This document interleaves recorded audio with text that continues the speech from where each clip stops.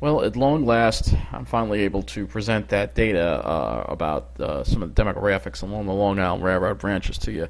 It's actually taken hours and hours and hours of going through to put together these charts, and sometimes the Babylon branch is not on top when it comes to it. It's not the richest branch, but it does have certain demographics. As we know, it may not be the richest branch, but it contains some of the most homogeneously white towns, and it's like upper middle class sameness throughout almost the entire branch, and very homogeneous demographics, and of course, their facilities are kept up while.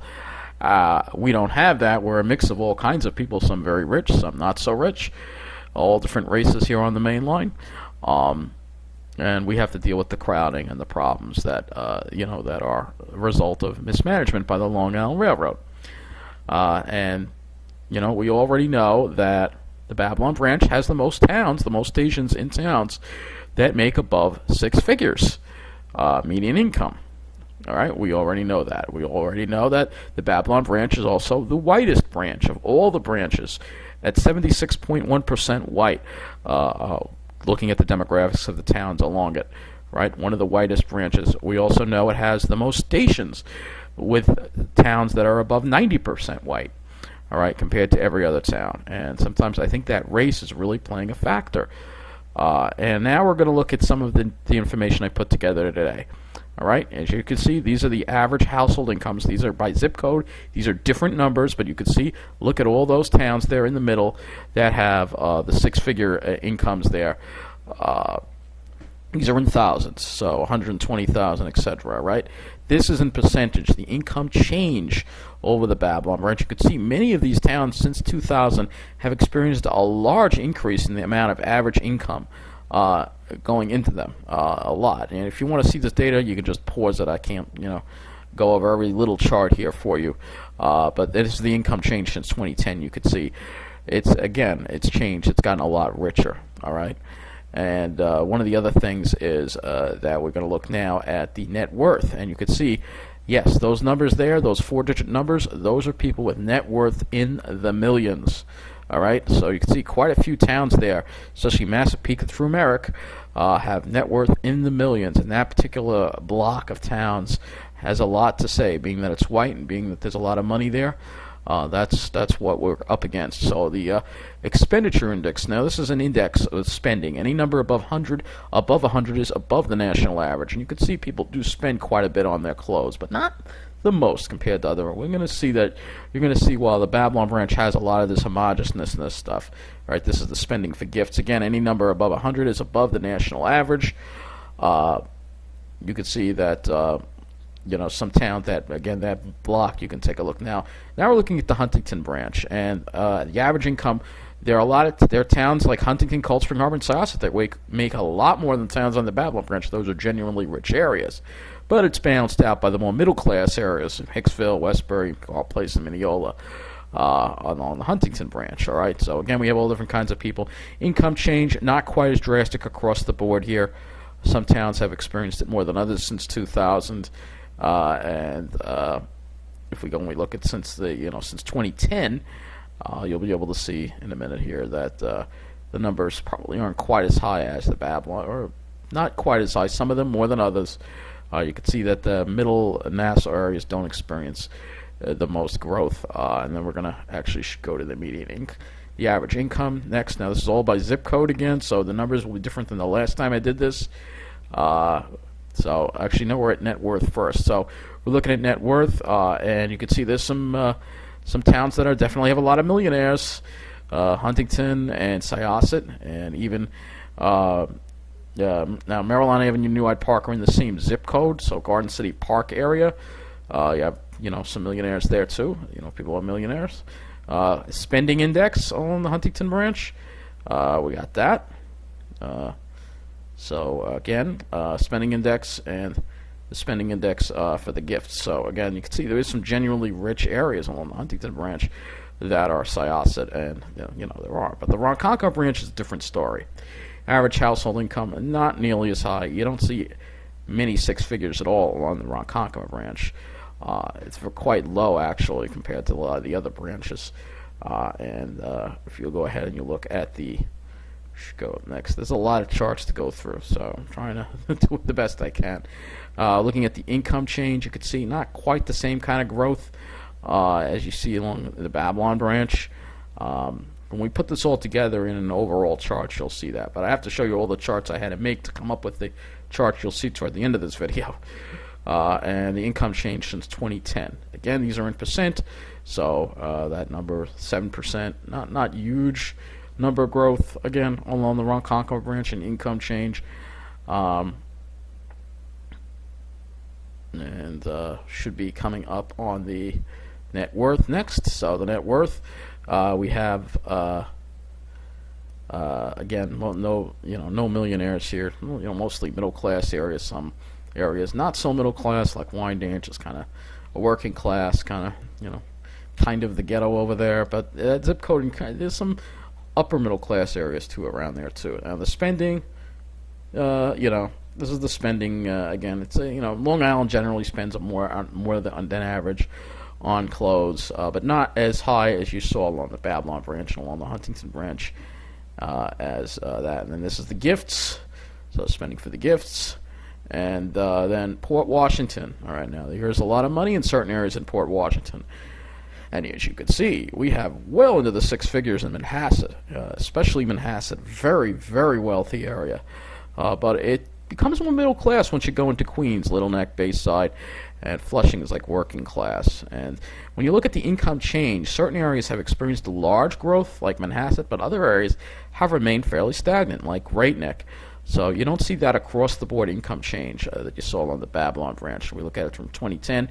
See again, Manhasset's really had a lot of growth, but the other areas, they've had average. Compare anything in line with the rest of Long Island, pretty much, for the Port Washington branch. We look at the net worth. There's a lot of people that make a lot of money over here, and a lot of millionaires, especially along that whole Port Washington, Manhasset, Great Neck. But then Little Neck, let's get into Queens, it's more middle class. The spending index, again, Manhasset seems to be up there. Quite a wealthy area, Manhasset. Probably one of the wealthiest areas on Long Island, wealthier than anywhere on the Babylon branch. So all those snobs on the Babylon branch still got nothing on an area like Manhasset. All right, they got absolutely nothing on it. So that's Port Washington there. And now we go and look at the secondary branches. The Long Beach branch, I don't have every single station on here. The average household income, again, you still got some six figures, surprisingly, at some of these stations. Still some six-figure numbers. And the income change has actually gone up quite a bit in certain areas on the Long Beach branch, surprisingly. And surprisingly, because it's not on the Babylon branch, but they like the South Shore. And the Long Beach branch, although it doesn't get great service, it's a relatively short ride into the city, a very short commute. Very desirable for the snobs that work on Wall Street that like that. I like that. And the spending index, here we go. Again, spending's pretty high, compared to a lot of other areas. And now we go to the Hempstead branch. So the Hempstead branch, again, we have some really rich areas. Garden City, I don't have all the stations on here, but Garden City, as we know, extremely rich. Generally always rich. Again, Babylon branch really has nothing on a place like Garden City. But you have some other areas that are more middle class, and of course Hempstead, which is on the low end of things. And the income change, haven't seen the same kind of growth. Floral Park has seen a lot of growth, though. Again, short commute to the city, I guess. Not great service, though. And income change in Garden City. Now, Garden City still would matter the same zip code, so if you see those numbers match, that is why. That's the spending index. Again, a lot of people with a lot of money there. Very wealthy, very rich. Certainly, again, the Babylon branch has nothing on them. So, as you're seeing from this data, the Babylon branch is really nothing special when it comes to actual, the richest branch. No, not the richest branch. It's the most homogeneous branch. Let's look at some Far Rockaway numbers, and we have some some pretty wealthy areas in Far Rockaway too, on the Far Rockaway branch as well. You can see again, some of these places are very rich. Places like Lawrence, Cedarhurst, Woodmere, and Hewlett, very rich areas. They're genuinely rich areas. They've got a lot of money to spend on gifts and clothing, and the average household income is pretty high up there, as you can see, in some of these towns. All right, and net worth as well too. Quite a few areas where there are a lot of millionaires. Again, you got a lot of money in that area, and again, it's a short commute, so it's desirable for the rich people. But that's always been a rich area. We're looking at some diesel, charts that I made from some sample stations on the diesel branches. It's far from accurate. And we're going to just go through these really quickly. Montauk Branch, again, the Montauk Branch of actually the three major diesel branches actually is on the low end, even though it is getting wealthier in a lot of those towns. They still have a long way to go to catch up to places on the Oyster Bay Branch and on the Port Washington Branch, as you can see. So they've still got a bit of a ways to go on this, because I'm not going to go over everything here. You can look at the chart yourself and pause them. Average household income there on the Port Jefferson Branch, well above what you see on the Montauk Branch. So there's a lot of areas on the North Shore is rich. It's a rich area. It just doesn't have that homogeneous grouping that the Babylon Branch has, and they can form that block that they have on the Babylon Branch that you don't get on any other branches. So now let's look at the total, how this works out across the entire railroad. All right, and as you can see, Babylon Branch is nothing special. It's not the richest branch. Actually, the Port Washington is, and even the Port Washington and the Huntington are even richer. Even the Hempstead Branch, because of Garden City, is richer. So the Babylon Branch, nothing special, but it is richer than the main line on the Ronkonkoma Branch. Nothing special in that regard. Nothing special in that regard. We talked about that before, as you can see with the average income. Now we go to the net worth. And Babylon Branch definitely is up there, but it's a little edged out by the Huntington. I'm surprised that it's actually a little bit ahead of the Port Washington Branch. It's interesting, isn't it? With all the money being made over there, they don't have as much net worth, which I guess is investments and stuff. Again, you got those stockbrokers on the Babylon Branch. That's probably why their number is up there quite a bit. I'm no expert on this. And then we go look at the income change, and you can see the Babylon Branch has gotten a lot richer than the Huntington Branch, than the Port Washington Branch, and even edging out the Ronkonkoma Branch. But however, the growth in Long Beach has also been quite changed since the year 2000. So Long Beach has really gotten quite snobby, and I won't be surprised if Long Beach gets rid of their bus service entirely. I think they will, because it's becoming a place for rich people. And now we look at the income change, and now we look at since 2010. You can see it's another little different. Port Washington is up there. Above everything else. So it changes since 2000 and since 2010. There's some differences there. We look at the spending index, and the spending up on the Port Washington Branch is the highest, versus even the Babylon Branch. Again, you got some really rich areas there. That's traditionally always been a rich area. We look at the spending index on gifts. It's the same thing. We have again a lot of spending on, these people have a lot of money to spend, but that's always been a rich area. That's the thing. It's always been a rich area. And now we go back to the diesel branches, and we go ahead and we look at the average income on the diesel branches. Again, Oyster Bay, Port Jefferson is up there, man. Actually, this is income change. I'm sorry. I don't know. We're going through these so fast. But again, you can see that the change, the Montauk Branch hasn't really gone up as high as I thought it would. I think maybe it will eventually, because what I've been seeing along towns like Sayville and Patchogue is a lot of those kind of people that you'll see along the Babylon Branch moving in. I just don't think it has shown up in the demographics yet. Now we get to my favorite part: main line in Nassau versus the Babylon Branch in Nassau, and you can see the Babylon Branch is a lot more, a lot richer.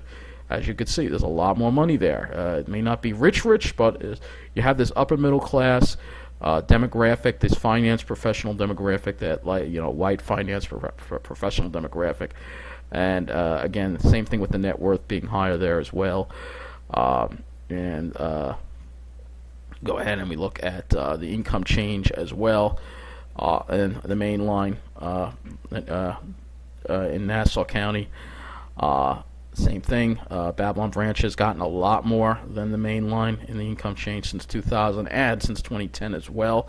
So you can see that there's much more, many more rich people, people that have a lot more money moving toward the Babylon branch versus the main line. All right. And I was surprised at how when you go back in the video, you'll see the number for Mineola is not very high at all. Mineola actually is quite on the low end of income, which is kind of surprising. But it's not really. I guess that's why I've been allowed to live here. But it is safe. It's a great town. It's not nothing like Westbury. That's for sure. It's just it's middle class. It's a truly middle class area. So now we go and we look at some other areas, like in the Pine Barrens. All right, average income. All right. It's much lower as you move away from the city, and that doesn't matter whether you're on Long Island or whether you are in New Jersey. Looking at these numbers here, you can see that the numbers in the New Jersey Pine Barrens towns that are, in certain parts of the Pine Barrens at a comparable distance from the city, the numbers are very similar to that on Long Island. So again, it's the distance from the city. The further you are from the city, the cheaper it is to live. And the less snobs you're going to have, depending, that's just the way it is. So that's going to bring this video to an end. I want to thank you for watching, and tomorrow is the big meeting, the committee meeting. I'm going to have a speech, which I'll read to you at some time, eventually. But I had to work on this first. I got to put my speech together. And hopefully, we're going to keep talking about the problems on the Long Island Railroad and the demographics. Then I'll just leave it with this: the Babylon branch isn't the richest branch. There are plenty of other areas on Long Island that are richer, but the thing is that they have the most homogeneous grouping of same kind like people, same kind of, these white collar finance professionals that are all the same. They're not rich, but they are all there's all this sameness and homogeny there, and it's like their own almost cult. It's really strange, and it's almost like the Stepford Wives, but it's the way they are down there, and they think that they can get special treatment because of that. That's what we have to speak up against. So that's it. Take care. Thank you for watching.